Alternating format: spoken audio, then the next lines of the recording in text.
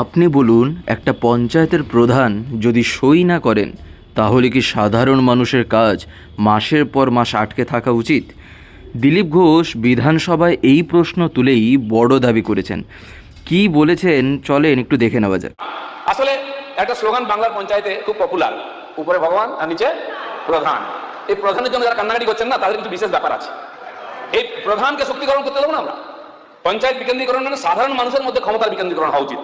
সেই পঞ্চায়েতে যদি 10,000 লোক থাকে, 10,000 লোককে আমরা শক্তিশালী করতে চাই, তার গণতান্ত্রিক অধিকার দিতে চাই, একজন চোর প্রধানকে নয়। ফুটেজটা তো দেখলেন, এবার প্রশ্ন হচ্ছে আসলেই কি পশ্চিমবঙ্গের পঞ্চায়েত ব্যবস্থায় এত বড় পরিবর্তন আসতে চলেছে, নাকি এটা শুধুই প্রশাসনিক সংস্কার? আজকের ভিডিওতে আমরা একেবারে সহজ ভাষায় বুঝবো এই সংশোধনী বিলে কি পরিবর্তন হচ্ছে, কেন সরকার এই পরিবর্তনের কথা বলছে, বিরোধীদের আপত্তিটাই বা কোথায়, আর সাধারণ মানুষের জীবনের প্রভাব কি হতে পারে। ভিডিওটা শেষ পর্যন্ত দেখুন, কারণ শেষে এমন একটা বিষয় আছে যেটা এই পুরো বিতর্কের কেন্দ্রবিন্দু। দিলীপ ঘোষ বিধানসভায় বক্তব্য রাখতে গিয়ে বলেন, পঞ্চায়েত ব্যবস্থা নতুন কিছু নয়, ভারতের বহু পুরনো গ্রাম শাসন ব্যবস্থার ধারাবাহিকতাই আজকের পঞ্চায়েত সিস্টেম। তার বক্তব্য অনুযায়ী ক্ষমতা একজন মানুষের হাতে না থেকে মানুষের মধ্যে ভাগ হওয়াই প্রকৃত বিকেন্দ্রীকরণ। তার দাবি, বর্তমান ব্যবস্থায় অনেক জায়গায় প্রধানের হাতে অতিরিক্ত প্রশাসনিক ক্ষমতা চলে এসছে।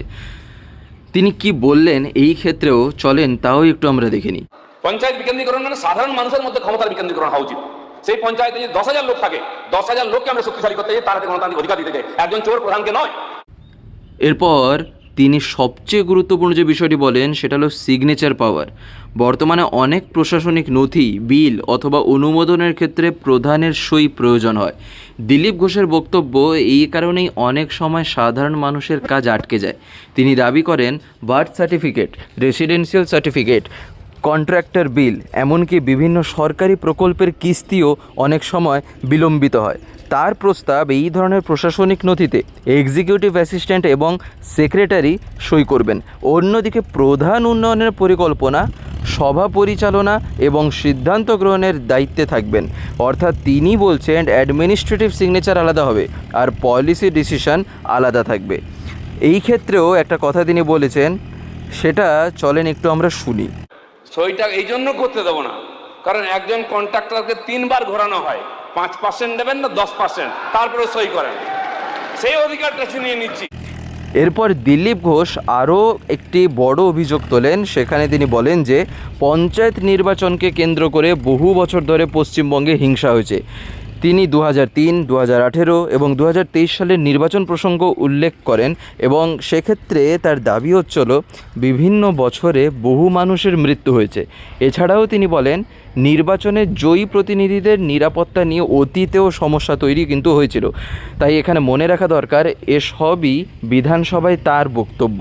এই ঘটনাগুলি নিয়ে অতীতে বিভিন্ন রাজনৈতিক দল ভিন্ন ভিন্ন মত প্রকাশ করেছে। এই অমানবীয় অবস্থার পরিবর্তন চাই, তাই আমরা এখানে আজকে এই বিল নিয়ে এসেছি। দিলীপ ঘোষ আরও বলেন, যদি কোনো প্রধান দীর্ঘদিন দায়িত্ব পালন না করেন অথবা সহযোগিতা না করেন, তাহলে সাধারণ মানুষের পরিষেবা বন্ধ হয়ে যাওয়া উচিত নয়।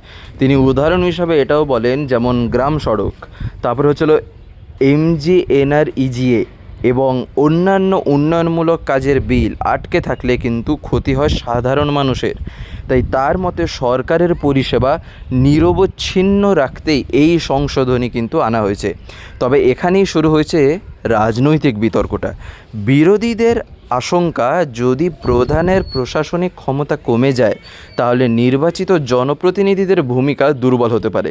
অন্যদিকে সরকারের দাবি, এতে দুর্নীতি কমবে, প্রশাসনিক কাজ দ্রুত হবে এবং সাধারণ মানুষ দ্রুত পরিষেবা পাবেন। অর্থাৎ একই বিলকে নিয়ে দুই পক্ষের ব্যাখ্যা কিন্তু সম্পূর্ণ আলাদা।